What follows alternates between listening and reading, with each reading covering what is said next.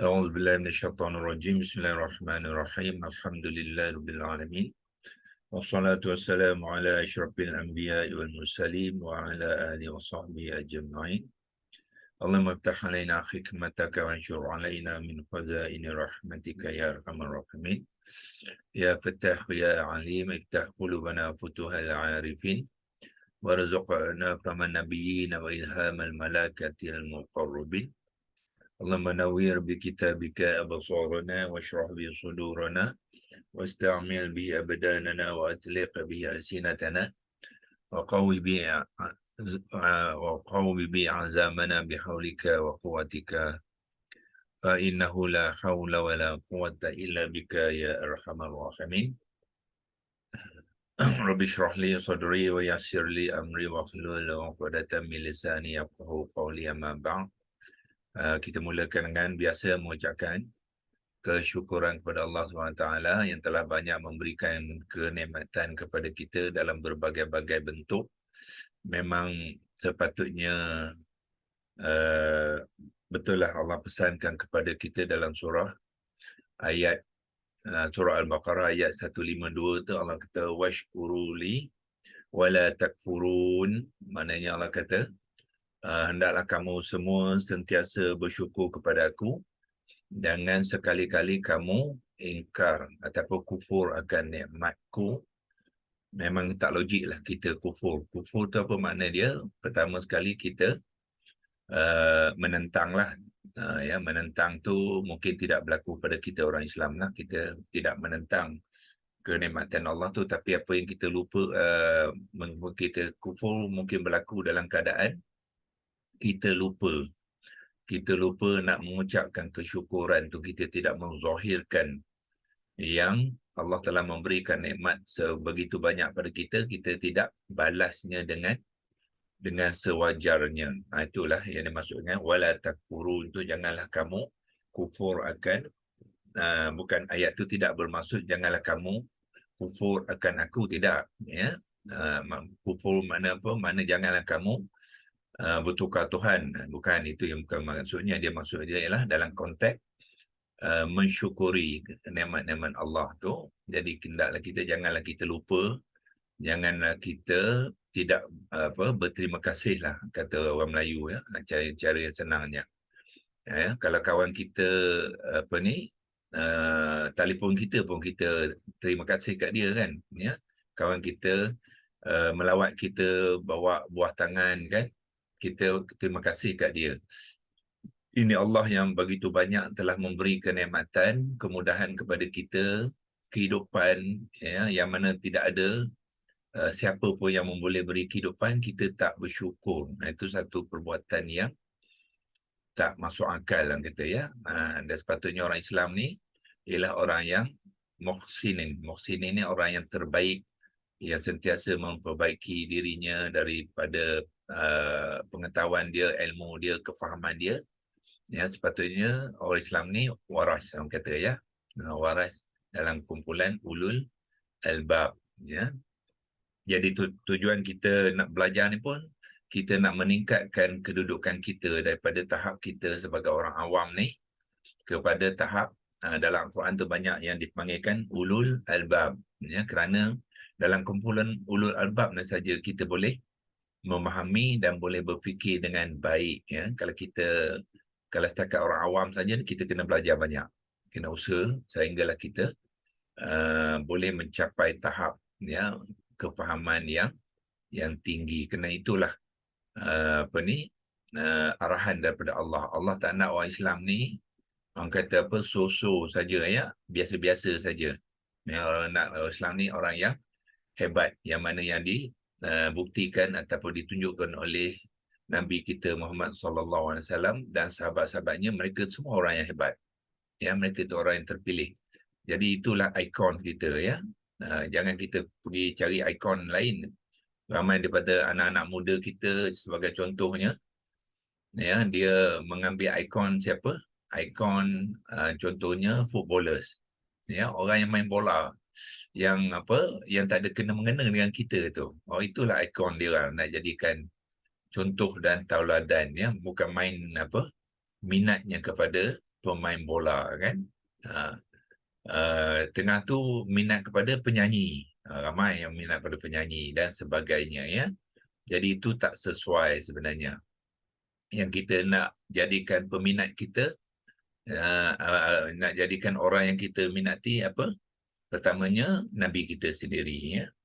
Muhammad sallallahu alaihi wasallam, keduanya sahabat-sahabat ya, dan ketiganya para ulama dan para solehin. Inilah yang Allah suruh kita ikuti. Itulah yang dimaksudkan dalam ayat yang ketujuh tu ya, iaitu siratal ladzina an'amta alaihim. Dalam ayat ketujuh surah Al-Fatihah tu, kalau kita tafsirkan dia, ya, dia merujukkan kepada kumpulan-kumpulan yang tertentu yang di mana kita cari jalan yang mereka lalui, dan itulah jalan yang hendaklah kita ikuti. Ya. Jadi bukannya pemain bola, bukannya penyanyi, apa lagi ya. Ini dua ni yang biasanya kita selalu dengar lah ya. So yang ni tak, bagi saya tak sesuai lah ya. Kalau kita masih lagi ada pemikiran macam tu, terutamanya kita yang sudah dewasa ni, perlulah kita ubah suai ya. Carikan ikon yang terbaik untuk kita, kerana mereka yang akan memandu kita ke akhirat nanti insya-Allah ya. Jadi kita teruskan perkongsian hari ini dengan melihat balik apa yang telah kita pelajari semalam. Pertamanya kita telah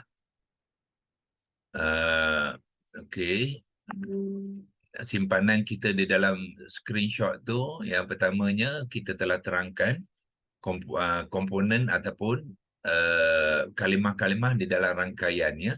Di sini ada 3 kalimah, sebab tu kita gelar dia rangkaian kalimah ya. Setiap tu kita telah terangkan. Lepas tu kita juga bantu dengan memperkongsikan satu lagi pertalian di antara kama tu dengan amanah sufaha tu. Amanah sufaha tu sebenarnya dia dipanggilkan silah ya, kepada anu minu yang dikaitkan oleh ma tu sebagai isim mausul. Itulah peranan isim mausul di dalam ayat-ayat Quran ya. Dan kemudian kita akhiri dengan melihat apakah komponen-komponen kepada setiap kalimah tu. Kita mulakan dengan kama, senang saja, dia straightforward, itu ka dengan ma.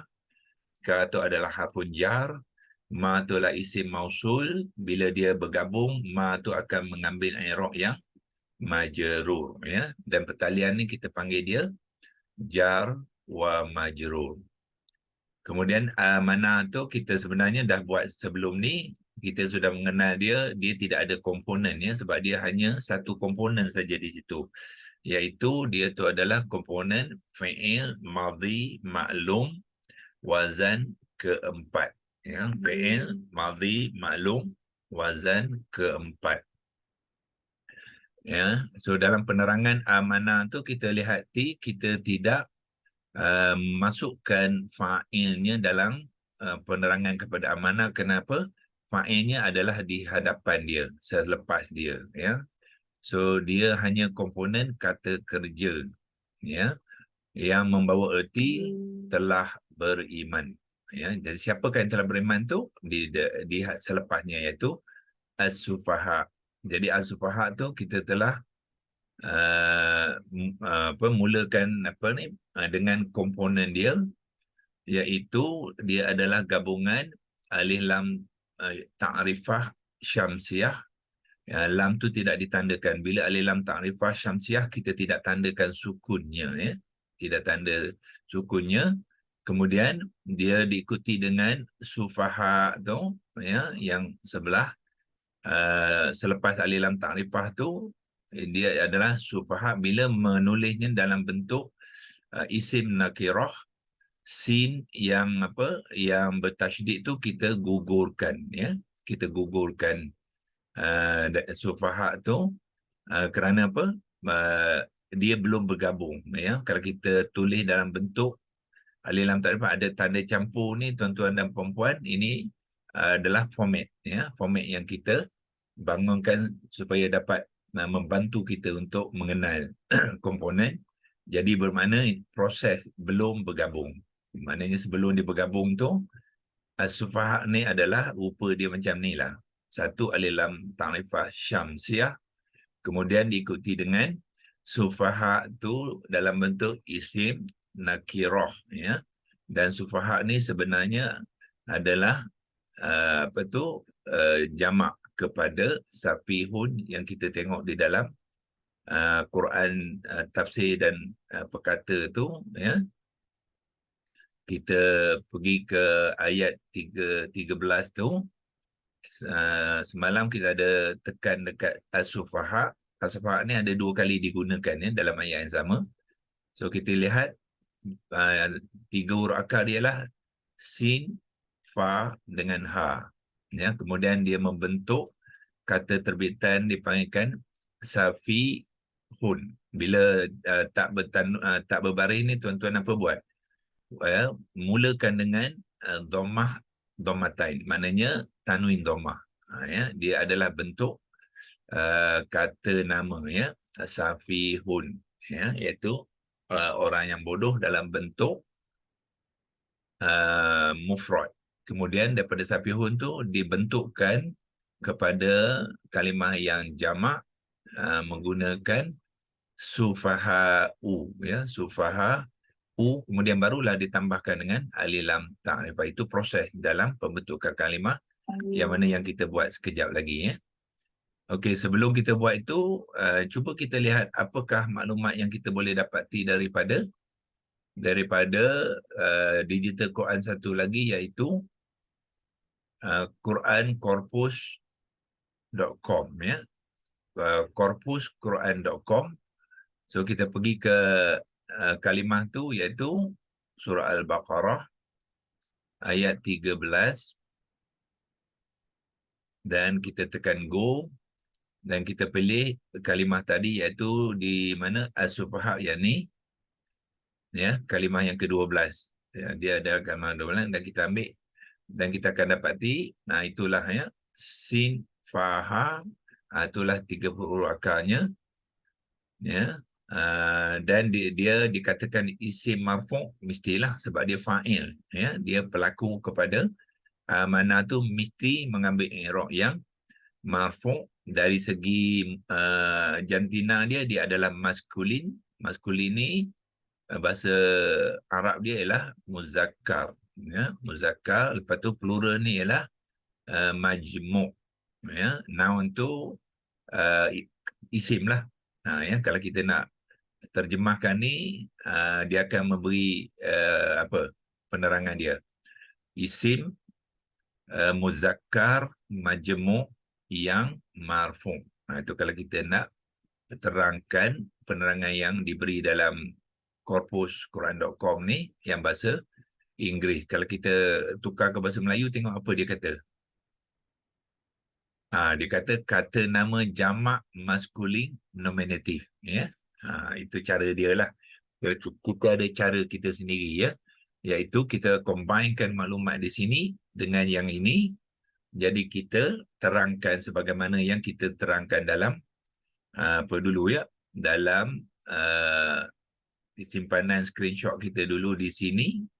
As-sufaha tu, ya, dia adalah fa'il, pelaku, munfasil, muzakkar, majmu', isim ma'rifah yang marfu'. Maknanya penerangan kita tu hendaklah lebih lengkap lah, ya, lebih lengkap. Okey, so kalau kita sudah mengenal ni, cuba kita tengok maklumat daripada kalimah-kalimah yang berkaitan dengan as-sufaha, ya. As-sufaha kita boleh dua cara tuan-tuan boleh buat. Di bawah ni ada dipanggilkan concordant, ya, concordant, ataupun tuan-tuan boleh pergi kamus Quran. Ini sebab dah bahasa Melayu, ya. Kalau saya tukarkan bahasa Inggeris balik, bahasa Inggeris, so dia akan kata concordant list ataupun Quran dictionary, ya. Quran dictionary, dua ni yang banyak membantu tuan memahami walaupun ada maklumat-maklumat lain ya yang kita akan gunakan nanti kepada peserta-peserta kita yang telah mengikuti kelas-kelas kita selepas tahap intermediate ya. Kita akan nanti akan kongsikan dalam konteks yang ketiga ni dipanggilkan dependency graph ya. So yang ni maklumat ni bukannya untuk orang peserta-peserta yang asas ya, yang baru nak belajar ya. Yang ni lebih untuk yang lebih advance ya. Nanti mereka-mereka yang telah melepasi tahap intermediate, tahap ketiga lah tu ya. So kita akan nanti kongsikan beberapa aspek-aspek yang lain yang tidak dikongsikan dalam tahap-tahap asas ya. Okey, untuk ni kita tengok Quran Dictionary ni. Ini dia punya di sini dia memaparkan beberapa maklumat lain yang berkaitan dengan kalimah-kalimah yang dibangunkan daripada 3 huruf akar yang sama, sin, fa dengan ha. So dikatakan kalimah di dalam Al-Quran yang dibangunkan daripada sin, fa, ha ada sebanyak 11 kali ya. Bukan makna 11 kalimah. Dia makna 11 kali sebab setengah daripada kalimah tu dia berulang pun. Dia berulang ya. So bermakna kalau kita tengok 11 kali ni digunakan dalam bentuk bagaimana? 11 kali sebenarnya digunakan dalam bentuk empat kumpulan. Ini dia. Maknanya banyak di antara dia akan berulang ya. Jumlah 4 kumpulan ni dia terutama nombor yang bawah sekali tu 7 kali. Dia berulang lah tu. Ya, yang lain ni ini 2 kali dalam bentuk safahatun. Ini dalam bentuk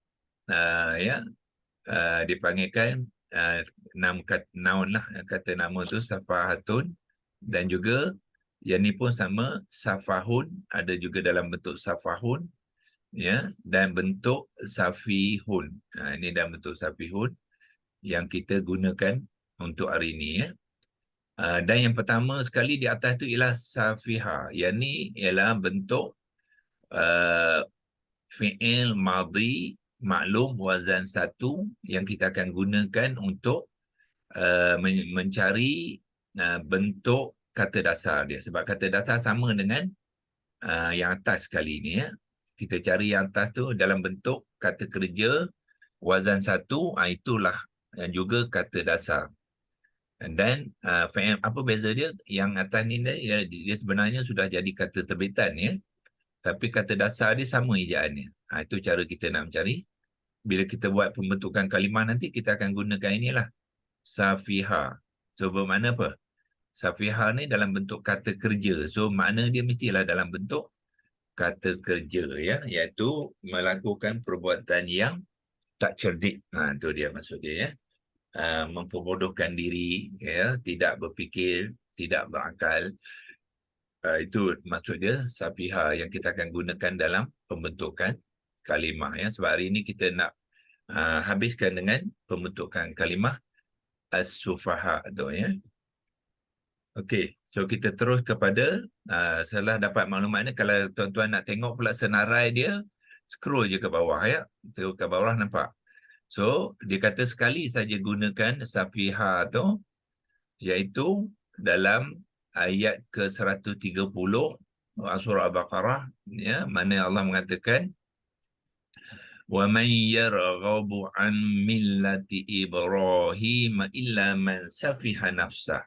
Ya, maknanya dia tu full. Ini bahasa Inggeris lah. Maknanya dia tu sebenarnya ialah orang yang memperbodohkan dirinya sendiri. Ya, itulah wazan 1 untuk sim, fa dengan ha.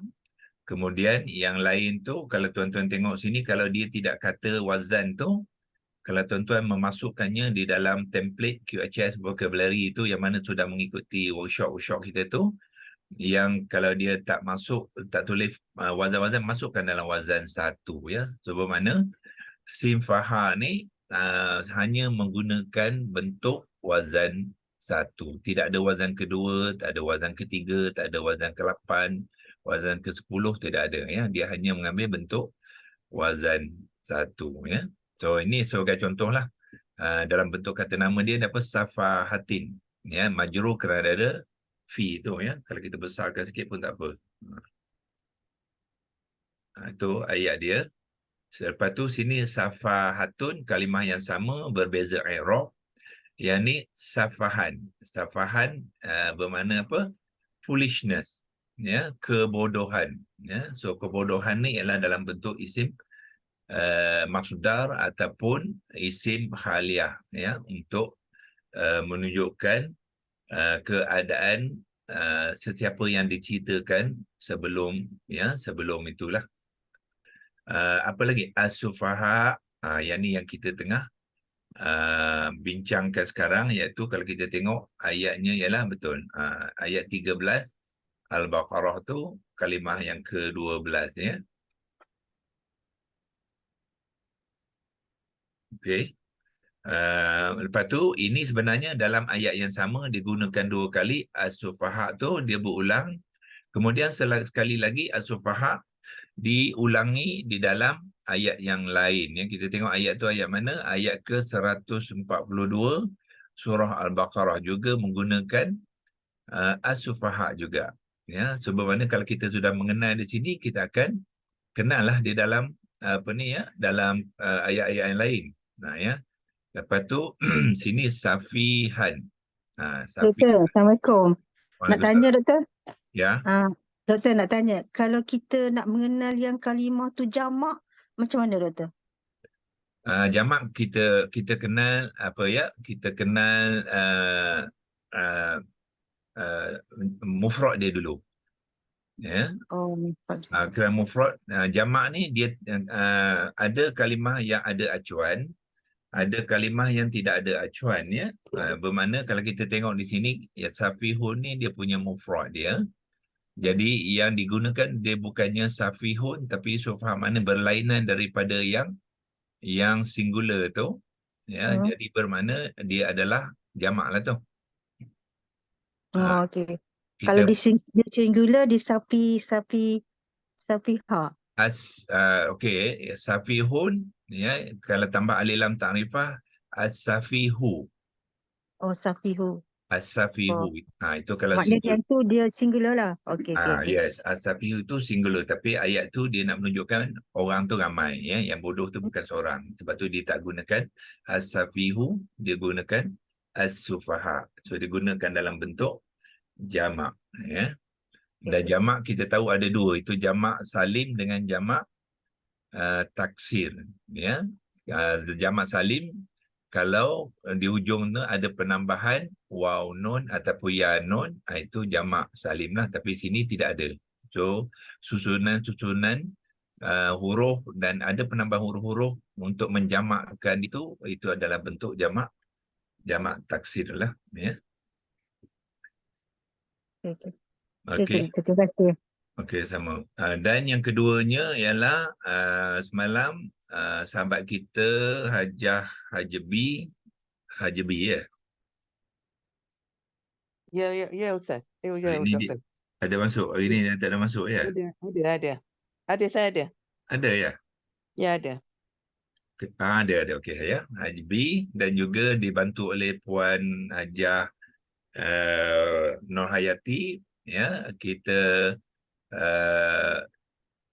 confirm, ya, yang as-sufaha ni adalah dalam kumpulan apa yang dipanggil mamnu' minas sorfi, ya. Mamnu' minas sorfi ni tak ramai yang mengenal, ya. Apa mamnu' mana ialah kalimah-kalimah yang tidak ditukarkan sepenuhnya dalam konteks i'rabnya. Itu yang dimaksudkan mamnu' minas sorfi. Bagi mereka yang mengikuti kelas kita, terutama yang peringkat peringkat intermediate, peringkat pertengahan tu, mereka banyak membuat penerangan kalimah tu secara praktikal, ya. Mereka kita telah dedahkan, ya, banyak maklumat yang perlu sebab mereka tengah menulis buku, dipanggilkan e-book, ya, surah-surah Yasin, surah Kahfi dan sebagainya tu. Biasanya kita akan bekalkan mereka dengan maklumat yang ada dalam, kita panggilkan ni glossary lah, ya, glossary terminologi kalimah-kalimah Al-Quran yang dia terangkan, ya, terangkannya. So mengikut susunan abjad lah. Contohnya majzum tu apa makna dia terangkan, ya, itu mengikut abjad ini, ya. Mak wajib termasuklah tajwid lah, ya, majhul apa dia sebagai. So mamnu' minas sarfi ini telah kita masukkan dalam jadual ni, dan ada penerangan dia, ya. So penerangan kepada mamnu' minas sarfi ini ataupun juga dipanggilkan ghairul munsharifnya, orang kata, orang putih kata apa, quite lengthy lah, ya. Banyak aspek yang nak kita fahami dia. Tetapi untuk secara ringkasnya, bentuk-bentuk kalimah terlibat dengan minas sarfi ni lebih kurang kita ada berapa? Dalam 12 kumpulan, ya, 12 kumpulan. Ni kumpulan-kumpulan dia lah, ya. Nanti kepada mereka yang mengikuti kelas kita tu, kita akan kongsikan dengan lebih terperinci. So sufaha tu masuk dalam kumpulan mana, ya? Dia masuk dalam kumpulan yang ke-11 ni, ya. Dipandangkan kata nama jamak taksir yang mengikut salah satu daripada acuan ni, ya. Dia banyak acuan, ya, yang boleh menentukan sesuatu kalimah tu adakah dia mamnu' minas sarfi, ya. So kalau kita tengok sufaha tu, dia mengambil acuan yang ini. Fu'ala'u ni. Fu'ala'u tu sufaha'u, ulama'u, semua mengambil yang ni lah. So kalau dia termasuk dalam acuan ni, ya, dia adalah dalam perkumpulan dipanggilkan mamnu' minas sarfi, ya.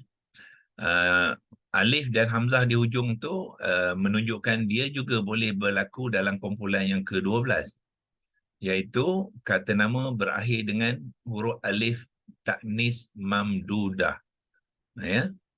Sekiranya kalimah tu gender dia ataupun jantina dia muannas, ya. Kalau dia jantina muannas, dia termasuk dalam kumpulan yang ke-12, ya. Tetapi kalau dia tidak muannas, dia akan masuk dalam kumpulan yang ke-11 dengan mengambil acuannya ini dalam bentuk muzakkar, ya. Kalau dia muannas, dia juga boleh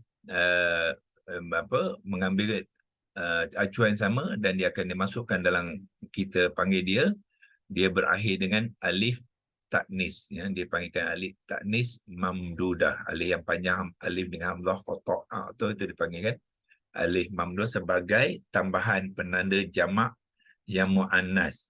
Ya, ini contoh-contoh, ya, contoh-contoh kalimah muannas juga mengambil alif mamdudah, ya. Itu sebagai rujukan kita, ya.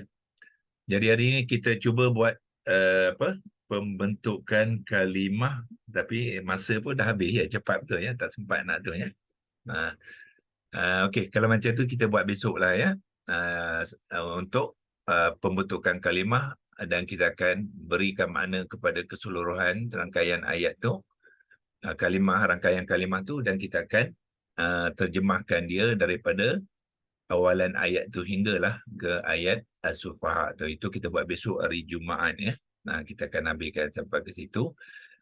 Mulakan dengan besok pembentukan kalimah ni daripada 3 huruf akar dia, kata dasar dia, acuan dia. So acuan ni kita akan menggunakan acuan mamnu' minas sarfi tadi, ya.